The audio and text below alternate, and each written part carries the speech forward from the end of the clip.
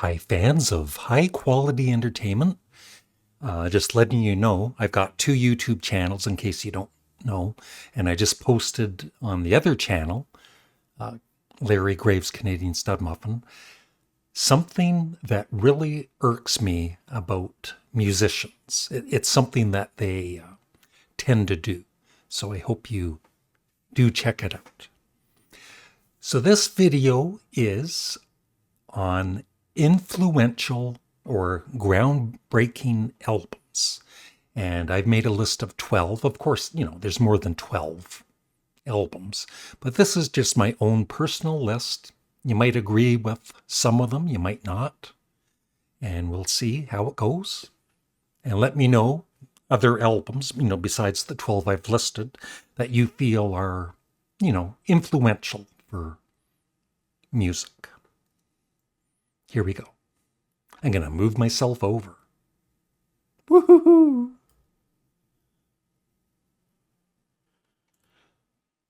All right, number 12, Ramones. I remember when this came out, reading in the magazines. Of course, back then, there was no internet, so you didn't know what the music sounded like. You would just have it described to you in these rock magazines. And you would sometimes take a chance on buying the album. And so the dreaded word punk started to appear in the mid-70s. And at least back then, for a teenager, it was almost kind of scary. It's like, punk rock? What is that? Violence and everything, from what you're reading. And then you buy the album, and for me, just like the Sex Pistols' debut album, well, their only album, and Ramones, their debut album, for me, they're just really good rock albums. I think of the two, Ramones is maybe a bit more punk, if you had to label it punk. And what was different about it was, this was going out of the popularity of prog rock. Prog rock was starting to not be as popular. And other genres of music were coming in, including punk. And these were short songs, sometimes not even 2 minutes long. They wouldn't have any, for the most part, they wouldn't have any guitar solos. It would just be really fast songs, played really well. And so as soon as I heard Ramones, I loved the album. And I think it really influenced a lot of later punk or, just rock music in general. Ramones influenced a lot of bands. Number 11, Carole King, Tapestry. That was a huge selling album in the early 70s. And it was, I think, one of the main influences on the singer-songwriter era that became really popular in the early 70s, along with Cat Stevens, Jackson Browne, and others. But I think her album was probably, I remember it staying on, at the top of the charts for just weeks and weeks and weeks on end. And one of my older brothers bought the album, and it was a great album for sure. So that's number 11. Number 10. Yes, McCartney, his first solo album. This was kind of a big influence on kind of the do-it-yourself, recording the album in your own home, except for maybe I'm Amazed, which I know was recorded at Abbey Road Studios. But most of this was recorded at home. But the Beach Boys did that before Paul McCartney with Wild Honey and other albums. But the other thing about this is Paul played all of the instruments, the drums, the bass, the guitar, the keyboards. Of course, Linda McCartney helped out too. But it's mainly Paul McCartney, pure solo album. And I think it was a big influence on a lot of musicians. And the album too has, really grown in stature over the years. Number nine, Number 9. Kraftwerk Autobahn. Now that's not rock and roll, but a lot of rock music fans like me, this was our gateway into electronica music. And I have, I think, 4 Kraftwerk albums. Radioactivity is my favorite, but Autobahn is great too. Of course, side 1 was just one long song, about 18 minutes long, called Autobahn. And it was just so different from everything else at the time. So it was a fun listen on headphones, that's for sure. Number 8. That's right, Pink Floyd, The Piper at the Gates of Dawn. I was going to choose The Dark Side of the Moon, but I think this was just as influential as another album you'll see later in this list. I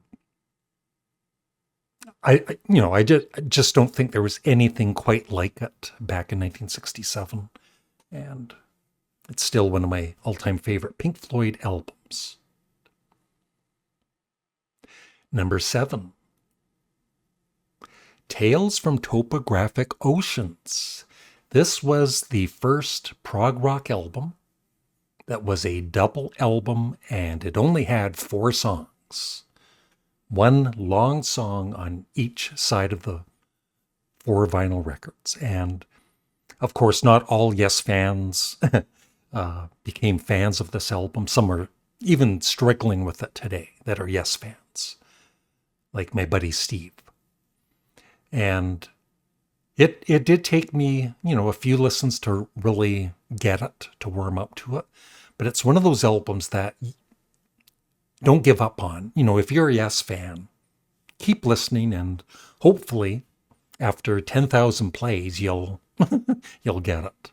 But I think that was a big influence, even at the later period of the most popular years of prog rock. It might seem, a little bloated to some people, and maybe it is, but I still think it's the best Yes album. Number 6. That's right. Andy Warhol, the great singer. No, the Velvet Underground and Nico. And this was released in March of 1967, so a few months before Sgt. Pepper. Very influential album, even though, back then it didn't sell that many copies, but the legend is that anyone that bought that album back then started up a band, or a lot did. And, there weren't too many, or there weren't any bands singing about heroin as a subject matter, or drug dealing with Waiting for the Man. And very influential album. Not my favorite Velvet Underground. My favorite is White Light, White Heat, but still, great album. Number 5. Yeah. John Lennon, Plastic Ono Band, 1970. I was thinking this the other day, that, I was listening to Abbey Road, which came out in late 1969. And within the year, John had recorded this, and it was, such a difference, just like McCartney's debut. It was so sparse, and the songwriting was really personal, about his mom and dad and many other things. Working class hero, God. He doesn't believe in Beatles. We found that out listening to this album, and that was a big shock for a lot of Beatles fans to hear for the very first time. And just and there was swearing on the album, that back in 1970 you didn't really hear too much swearing on rock albums. So kind of a shocking album at the time, but definitely a great one. Number 4. That's right, have to include what just might be the first prog rock album, if not one of the first. And the album cover alone is influential, I feel, for rock music. And then you listen to the music within, and it's just insanely amazing. Tell you a quick little story. Last time Molly was here, and I forget how we came about talking about this album cover, but she was saying the very first time she saw this picture, she thought it was a parody of my face. She thought it was somebody drew a picture of me. Thank you. That doesn't look like me. Okay, number 3. Black Sabbath. Yes. Once again, probably the birth of real heavy metal.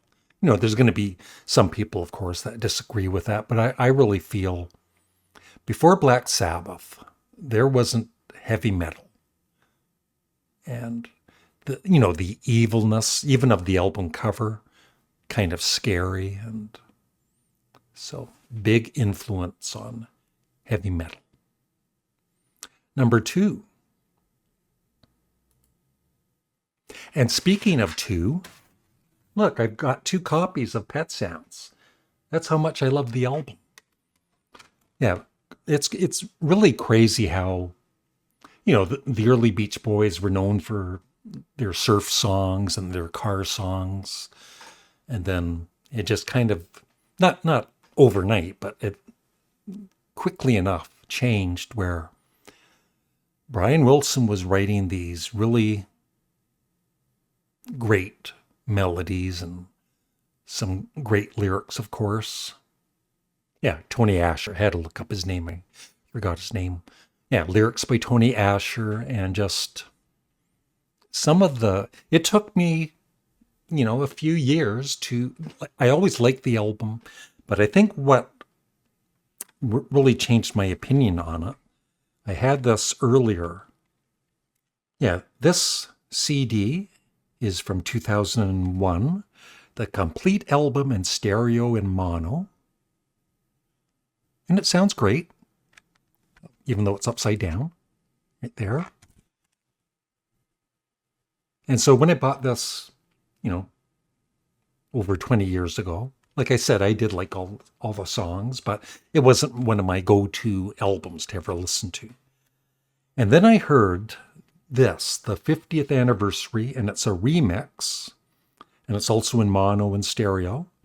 And there's a disc too with the instrumental album, and then live recordings.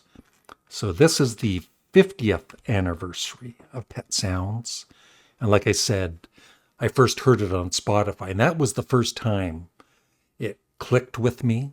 And I think the remix helped too. It just sounded so amazing.